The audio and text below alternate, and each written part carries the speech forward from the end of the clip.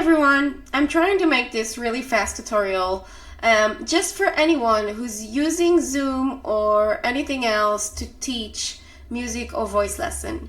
We can adjust various settings so they can benefit our lesson quality and that nothing will interrupt our lesson. So for example, if you walk on the street and you're just using your phone in whatever software you're using, it's designed to stop background noises. So if there's a motorcycle going in the back or some car horn that's going off, then it's designed to stop that sound so you can actually have a good conversation without all those noises. But when we do a music lesson or a voice lessons, we need all the noises. First of all, for you as a teacher, you want to hear all the different qualities and different stuff that your student is using in their singing. So obviously a good equipment, a good or just relatively good microphone and interface on their computer is going to be very valuable, and it's never going to be good on the phone. So take that in consideration. You don't want to use the phone, you definitely want to use the computer. It will always have more options to set up, it will always have better microphones and stuff like that. The other thing besides valuable internet that I'm not going to go into that, but a good stable internet is very much key. So we want to make sure that the background noises are there. If we sustain a note, if I just do an ah or a drrr, then again this sounds like a horn or a motorcycle passing in the back, and then I'm gonna lose the sound of my clients. Many times I had students who couldn't join in from their computer and couldn't do the settings, and then I will hear an exercise just disappear. I won't even mention because I don't hear any of it, but I will hear like an exercise going ooh, ooh, like the top has just disappeared because the computer thought that this was, or the phone or whatever it was, just thought it was a background noise. So this is why we're doing this, and this is why this is so important, and it's going to change your lesson quality if you do it. So what I have right in front of me is the Zoom desktop. Hopefully you have downloaded it and you have the Zoom on your desktop, and you can open this window and see all the different options. What I want to do is set up the settings, go to settings and then go to audio, where I can basically adjust everything. I can reach the audio setting from the meeting itself, so that's what we're going to do shortly, and that's how you can do it with your students live. You can guide them through it, or you can just send them this video or send them your own video and explanation or a screenshot or whatever you want. As far as I know, Zoom is the only software right now on the market that has these options that allow a much improved music lesson. But who knows, I keep doing those videos because those settings keep changing. Zoom keeps improving the options and keep changing the settings, so I keep updating my tutorials for that. But who knows, could be that in a while Google Meets will have the same options. I don't know. Either way, if you are a PC user, this is a PC user thing, not on Mac.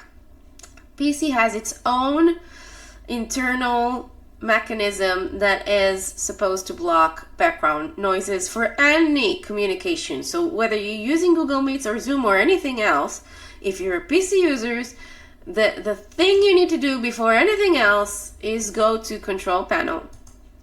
Once you find Control Panel, there's this sound. You can search Control Panel and find the sound, or you can just go directly to it. I like to even just create a shortcut.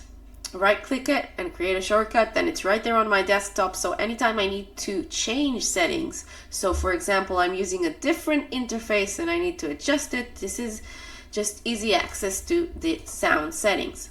Playback is where I get the sound from my speakers, so this right now is adjusted to my interface, to my sound card. Great. Recording, same thing. Right now I'm adjusted to my microphone that is connected to my interface. So that's what we want.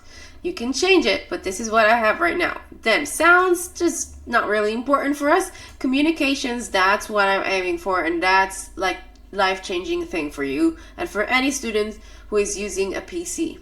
Because if this is not corrected, then you will always have this issue with the sound. So basically, as we said, we don't want to mute all other sounds. We don't want to reduce the sounds. We want to do nothing. Once this is marked and applied, you are much safer and better for a lesson. Now let's start the meeting and see how we go to audio settings. So I'm just gonna create a new meeting, and right here, when I go to the little arrow next to the microphone symbol, I can go to audio settings. So same place I got from my Zoom desktop, I can get here into my audio settings. You can see right now that my speaker is set up same as system. Same as system means whatever I created in those sound settings from control panel. So it can be same. A microphone, I can change it. I can bypass whatever my system has and choose another microphone, but right now I'm using the same microphone that is adjusted. It doesn't say same as system, but it's okay. It's the right microphone. So automatically adjust microphone volume, that's the big one. Okay, this is the first big no. We don't want to have this marked, again, for the same reason. You don't want to have any sound reduced. You want to hear everything that happens in that room that is across from you and your screen. Audio profile. This is what we have right now on the updated Zoom versions. This is how it looks. If you have a different version, it's just pretty much the same, okay? So recommended for most users, background noise removal, right? Not for us. What we want is original sound for musicians, okay? And then you want the high fidelity music mode. You want the echo cancellation. Stereo audio, I don't mark it. I don't feel like it's necessary. Live performance, obviously if you have more than one person singing, that you can click on that as well, but usually it's just one-to-one person. You don't need it unless you have multiple things going on all at once, and then you can use that. And that's a new thing that they added. You see, it's beta, so pretty cool. You can try it if you have a singer who's accompanying themselves. Could be interesting. The rest of it is not that important except the advanced. Advanced is really important. So what I did with the do nothing, same here. So this is Zoom way of kind of controlling my PC computer. Mac users will not have that. But signal processing by Windows audio device drivers is on off. This is really important because I want to have that both on my own control panel settings, but also here, okay? Presumably if it's here, it's going to bypass what my computer wants to do, but I just make sure it's on both. So I recommend that to you. These are all the settings. This is all you need to do. Once you've done that, you're going to have a much better lesson. Obviously, the better your equipment, interface, microphone, all of those are going to reduce some sounds because they have their own settings. But with a reasonable microphone and a reasonable interface, you are safe and you should have a pretty good lesson. Now, what else is important for a lesson? Assuming you want to share some music, I click share screen. So first of all, if you want your student to listen to something, to a demonstration, to music that you have on a file on an MP3, click on the tabs above, advanced, and share just your computer audio. But assuming you want to share your screen, you can share your screen and show a YouTube video by sharing sound. You can also optimize for video clip.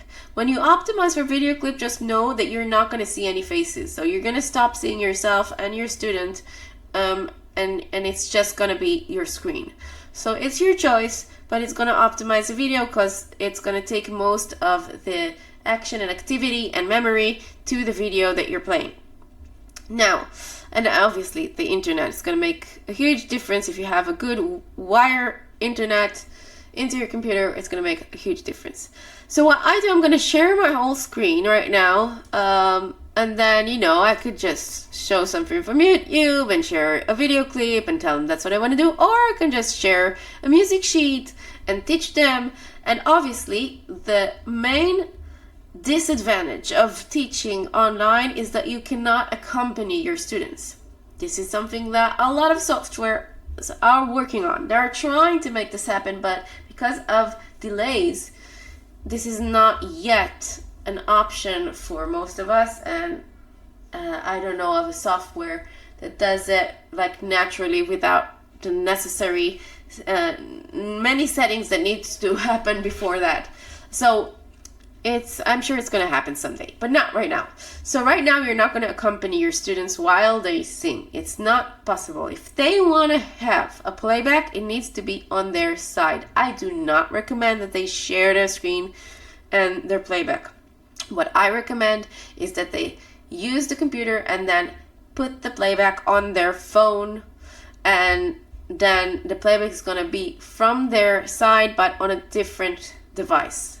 So not use the same computer that they're using for their singing while they are listening to the playback, okay, if that makes sense. So just a different device, really, really important, because it doesn't take away from their sound. Usually if you do a share sound and you try to sing with it, it doesn't sound that good, everything is muffled, it mixed up, then I can't hear your voice, and it destroys the lesson a little bit. So when they do it with their phone, I hear the playback enough and it supports them enough, and it doesn't interrupt me to guide them through it. So this is what I recommend. They can accompany themselves, of course. I can play them the notes and then they repeat after me. And this brings me into the benefits of why this is such a cool tool to have. So I can do a new share. I don't have to share my screen. I can, for example, share my whiteboard, still allow myself to share sound if I want. In that whiteboard, I can just scribble something, right? Or I can write some text on it if I want to discuss certain bullet points, okay? And then have them right in front of their eyes. And I can discuss right now why is this a good tool? Why is teaching on Zoom valuable or helpful for anything? So, first of all, I can say that when I sing a cappella, I listen to myself a little more, okay?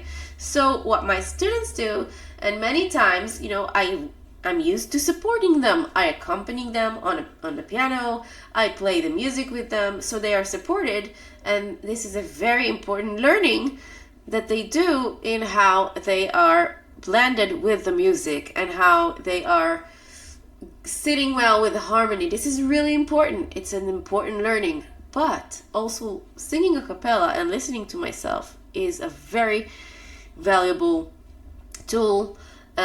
It's valuable learning. Let's just call it like that. Okay, it's a different type of learning. And what I noticed when I had to teach on Zoom is suddenly students were much more in tune. Their intonation has improved. They were much more in focus on their timbre and their qualities, and I could sing a line to them and they can sing it back to me and take the time to really, really imprint it in their body, in their sensations. There's something really valuable about this. So because when I'm in my studio, I'm really tempted to just keep things in a flow and accompany them and support them. So I lose that quality. So this is one. The other one is sometimes when I ask them to maybe do an exercise that has various vowels on it and they keep changing. So it could be mama, mama, mi, mi, moo, moo, moo, or stuff like that, or just I, O. And sometimes they're not used to having that, or they forget, and having a visual aid is really valuable. So I can just write,